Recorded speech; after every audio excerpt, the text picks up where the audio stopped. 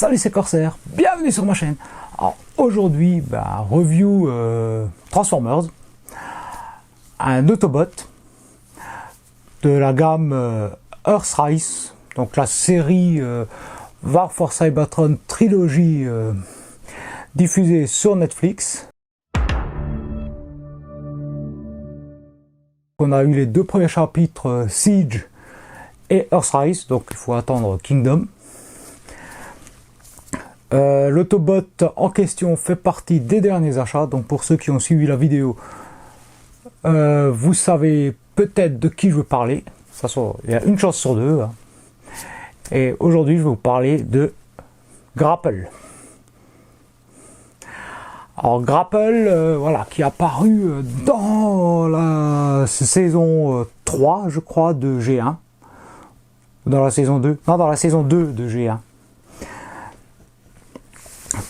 Et c'est un artiste, ingénieur, constructeur, Autobot.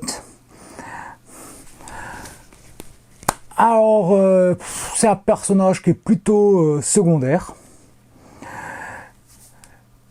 Il a comme fait d'armes notable la construction d'une tour solaire.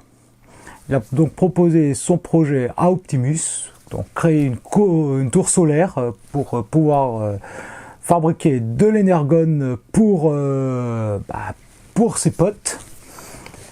Et Optimus a refusé. Il trouvait que c'était une mauvaise idée. Du coup, notre ami Grapple, il est allé trouver des Transformers, des robots qui étaient plus à même d'accepter son idée. Et il est allé voir Megatron. Et il s'est retrouvé allié aux Constructicons pour fabriquer cette fameuse tour solaire. Et donc, ça a foutu un beau bordel qui a fini en baston. Les Constructicons se sont assemblés et ont formé Devastator. Et Devastator, dans l'histoire, a détruit la tour solaire, a foutu une branlée aux Autobots. Et Grapple avait tout gagné. Bon, ça c'est la G1, première apparition de Grapple. Après, je crois que d'ailleurs que c'est la seule, vu que dans les autres continuités, on ne le voit pas. Ou alors si on le voit, j'ai dû le louper. Et donc on en arrive évidemment à la fameuse trilogie diffusée sur Netflix. Donc la deuxième partie qui s'appelle Earthrise, dont est issu notre Grapple. Et on va voir ce qu'il a accompli comme exploit dans la série de Netflix avant de passer bien évidemment au jouet. Donc allez, c'est parti, les exploits de Grapple dans la saison 2 de la trilogie War for Cybertron de Netflix.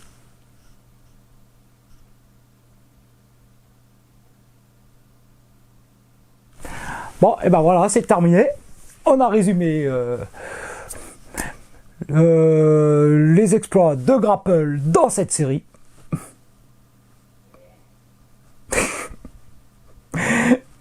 Il apparaît absolument pas dans cette série. C'est Hasbro qui a rien trouvé de mieux que de nous pondre des persos. Ils ont déjà fait. Qui n'apparaissent absolument pas dans les animés, hein. Après ils ont les moules, donc ils essaient de refourguer, quoique Grapple, voilà, il n'y a même pas d'autres persos dans la série qui a le même moule, donc c'est même pas une réutilisation de moule, c'est carrément un moule créé spécialement pour nous vendre donc un jouet qui n'apparaît nulle part. La seule raison que Hasbro peut avoir de nous sortir un Grapple comme celui-ci, c'est ce qu'on va voir un peu plus tard, avec son look tant en mode robot qu'en mode alternatif. C'est que c'est vachement inspiré de la G1, en gros comme tous les Earthrise. Et donc Comment faire dépenser de la thune au vieux comte 40 balais qui collectionne des jouets? Voyons pas d'autres explications ou quoi? Ouais.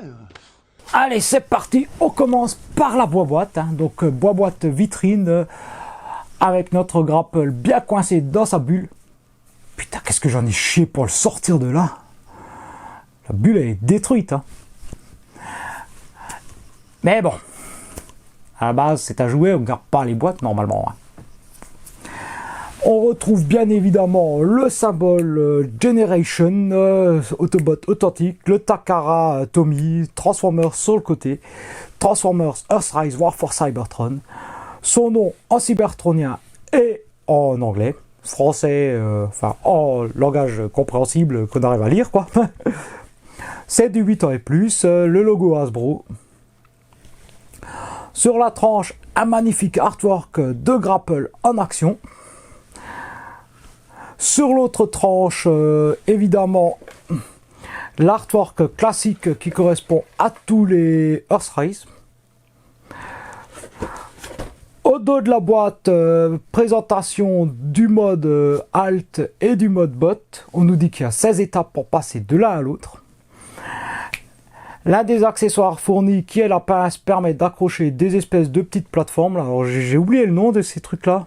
Si j'arrive à le retrouver, moi je l'incrusterai, hein, ce sera plus simple. Dessus de la boîte, il n'y a pas d'intérêt. Et le dessous de la boîte, encore moins. Donc on va passer au déballage de notre robot. On retrouve, comme à l'habitude, la petite notice. Donc avec une dominante de couleur bleue. Avec le nom en français et en cybertronien. Donc petite notice qui nous explique comment passer du mode bot au mode véhicule en 16 étapes. Donc notice classique maintenant pour les Transformers actuels en papier recyclé. Dans la boîte, on trouve la fameuse carte à décoder grâce au petit plastique rouge.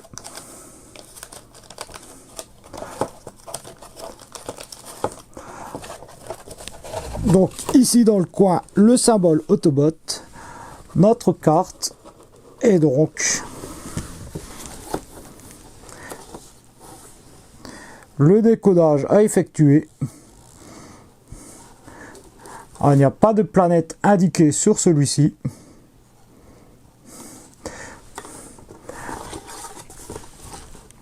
Petit symbole ici également, donc le symbole authentique, chose qu'on retrouve dans tous les Transformers de la gamme Earthrise. Le robot est fourni avec 3 accessoires, à commencer donc par son espèce de canon, donc en gris silver. Alors, lorsqu'il arrive sur le bot, il est fixé ici à l'arrière, donc zone de stockage, et bien entendu,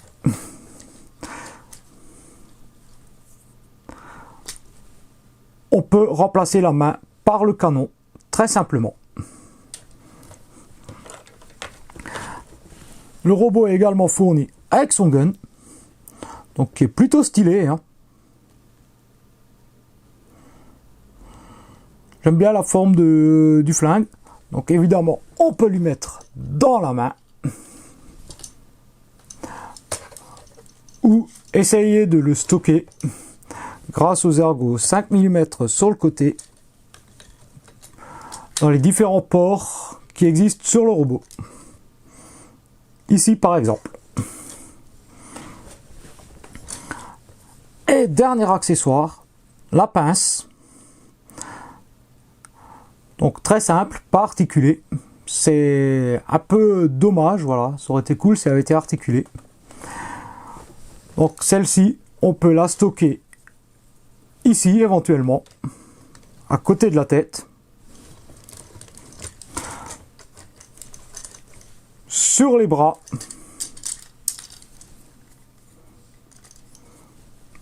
Ou sur la jambe. Et bien entendu,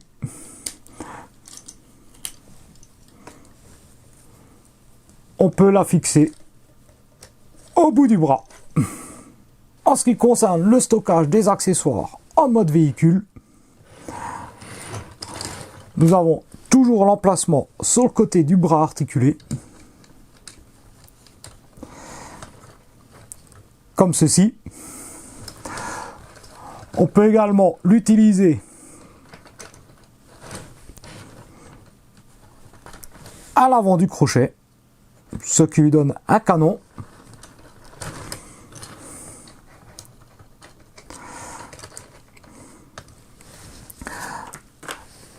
La pince peut être stockée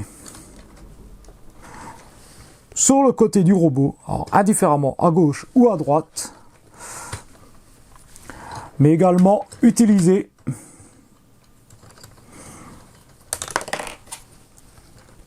en place du crochet à l'avant du bras articulé. Tout comme la pince, il est possible de stocker le flingue à l'arrière, toujours aux mêmes emplacements. Évidemment gauche ou droite. Avantage, dans les deux modes, il est possible de stocker et de ne pas perdre les différents accessoires qui sont fournis avec notre grapple. Le mode robot est plutôt sympa, hein. Je commence par lui, vu qu'il est fourni dans la boîte dans ce mode là. On va retrouver les couleurs typiques de grapple. Alors concernant la tête orange, il existe deux versions dans la G1, la tête orange ou la tête noire. Je ne sais pas d'où ça sort, probablement, bon, à l'époque il y avait pas mal de problèmes de colorisation pour certains robots. Ici, Hasbro a décidé de nous mettre la tête orange, donc en gros du ton sur ton. En tout cas, on retrouve bien la silhouette caractéristique de ce robot, avec la grue à l'arrière qui va nous rappeler plus le jouet G1. Alors, effectivement, voilà, il ressemble vraiment au personnage G1. Voilà, Hasbro qui veut simplement vider les poches des nostalgiques de la première heure. Alors, rien à dire de spécial, voilà, nous avons pas mal de petits détails, donc symbole Autobot ici sur le torse. Pas mal de petits détails comme ça, de sculptures, voilà, des petites moulures, y compris à l'intérieur des jambes. Alors pour une fois, il n'y a pas trop de creux, hein, il y a juste des creux ici au niveau du pied, mais c'est pas trop dérangeant. Le petit creux ici qui est lié à la transformation. Un backpack qui somme toute correspond au personnage. L'arrière des jambes est correct aussi. La tête est franchement fidèle au perso. Plutôt réussi, hein, avec les yeux bleus, voilà. Alors, elle est articulée sur un axe champignon, uniquement en rotation. Ce qui m'amène aux autres articulations, évidemment, du robot. On va retrouver du grand classique, hein.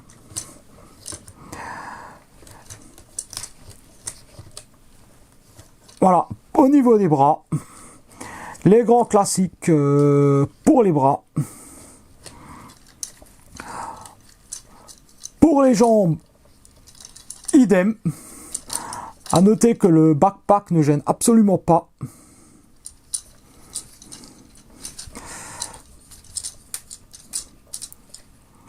Très bonne articulation. Voilà, le genou, 90 degrés. Les pieds articulés vers l'intérieur. Et d'avant en arrière. Sans oublier une rotation intégrale au niveau du bassin. Ce qui permet à Grapple de prendre de très belles poses. Ou pas d'ailleurs.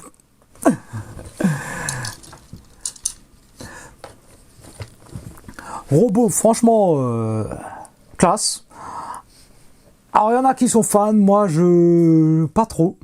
Ces petits picots, là, un peu partout pour mettre des effets laser. J'ai pas de Siege, donc j'ai pas d'effet laser. Je trouve ça un peu, voilà, un peu disgracieux, notamment celui-ci, ici. Voilà, est trop visible à mon goût. Je peux comprendre que ça plaise aux gamins, mais sinon, voilà, perso, je suis pas trop fan.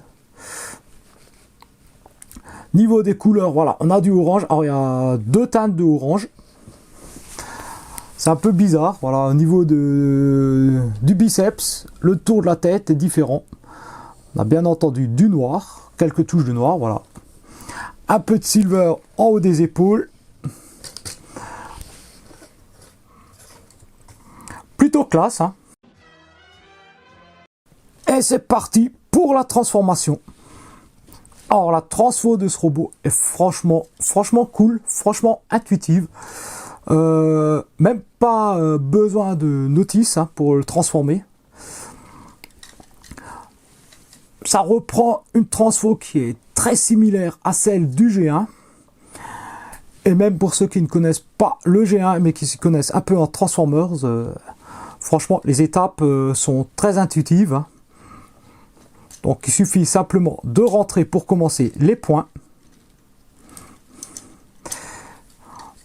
On va venir décrocher la tête avec tout le backpack, étirer ce qui va former l'accordéon. On fait pivoter la tête pour la cacher. On passe derrière, on va soulever tout le bloc jusqu'au clic.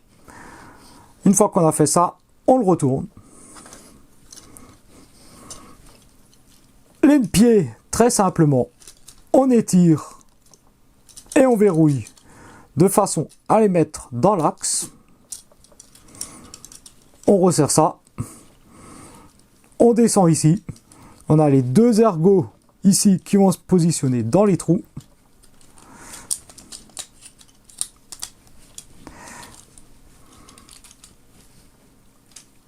On prend les bras. On vient décrocher, on fait une rotation, on les ramène derrière. Franchement, la transfo est très simple. On va faire pivoter les bras jusqu'à tomber sur cet ergot et le contre femelle ici. On les emboîte. On va faire plier la cabine, 2 emplacements ici qui vont s'aligner sur ces ergots là. On verrouille, on étire la grue, on sort le crochet et on la rabat. Et voilà, Grapple transformé dans son mode véhicule, donc un camion inspiré du Mitsu Fuji, en version beaucoup plus futuriste hein, que celui des années 80. Mais bon, on connaît quand même un peu la gueule du Grapple G1, voilà. Ça reste très fidèle, donc toujours avec le logo Autobot ici. Pare-brise, vitre latérale, gyrophare, bleu transparent. Ça c'est plutôt cool, hein. Phare transparent sur calandre silver, pare-choc silver, touche de silver ici également avec les pieds stabilisateurs. Alors les roues, voilà, pneus noirs sur jante jaune, voilà, un peu de, enfin orange pardon, un peu de orange ici. Gros défaut on va dire à l'arrière. Le creux ici, les feux qui ne sont pas peints à l'arrière, dommage, ça aurait pu être sympa. On retrouve quelques petits détails comme ça de sculpture, par-ci par-là. Voilà, les bandes chantier. Bon, c'est très fidèle, voilà, à ce qui se faisait en G1. Et on le reconnaît facilement. Dessous, bon, on va rien dire, c'est correct, hein, même si on sait que là, ça va être les jambes, mais voilà, franchement, le dessous du camion est correct. À ce niveau-là, les bras positionnés de cette manière, je trouve ça pas choquant. Je veux dire, les camions grues ont souvent le gros moteur qui est placé non pas devant, mais derrière la cabine. Donc on peut supposer un gros bloc moteur, plus des contrepoids, différents équipements. Ce qui fait que les bras, à cet endroit-là, ne choquent pas. Surtout que voilà, ils sont équipés de petites grilles, voilà, qui peuvent laisser supposer justement que c'est de l'aération de mécanismes de moteur.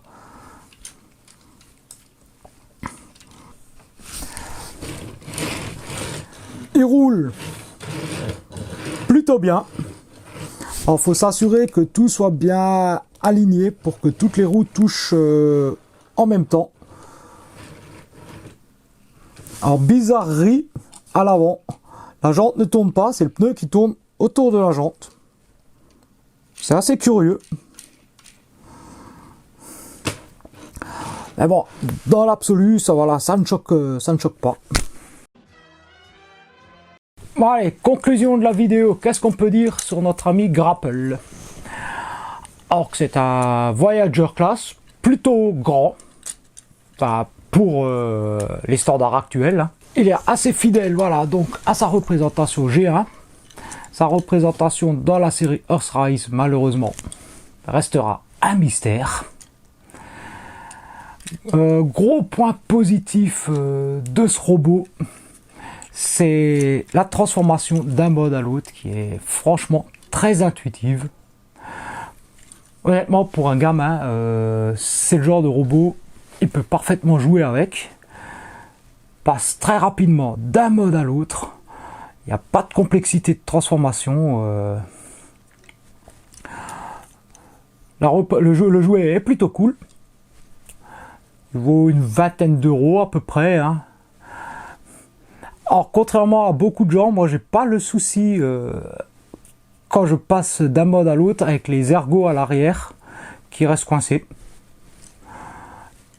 Alors je ne sais même pas, j'ai pas vraiment fait attention. Est-ce que ils ont été arrondis ou pas? Ouais, visiblement sur mon exemplaire, les ergots arrière sont arrondis et non hexagonaux, donc ce qui permet de faciliter la transformation et d'éviter les marques de stress dans le plastique et de péter la moitié du robot, hein, tout simplement. Je vais pas faire trop long, il y a déjà eu plein de reviews sur ce robot, moi je voulais juste voilà, vous en faire part rapidement, moi je le trouve sympa. Mettez la main dessus si vous êtes fan de G1, ça vous rappellera des souvenirs. Mettez la main dessus pour votre gamin, ça lui fera plaisir. Bon allez, ça suffit pour aujourd'hui. Rendez-vous, je ne sais pas, assez rapidement pour une autre review.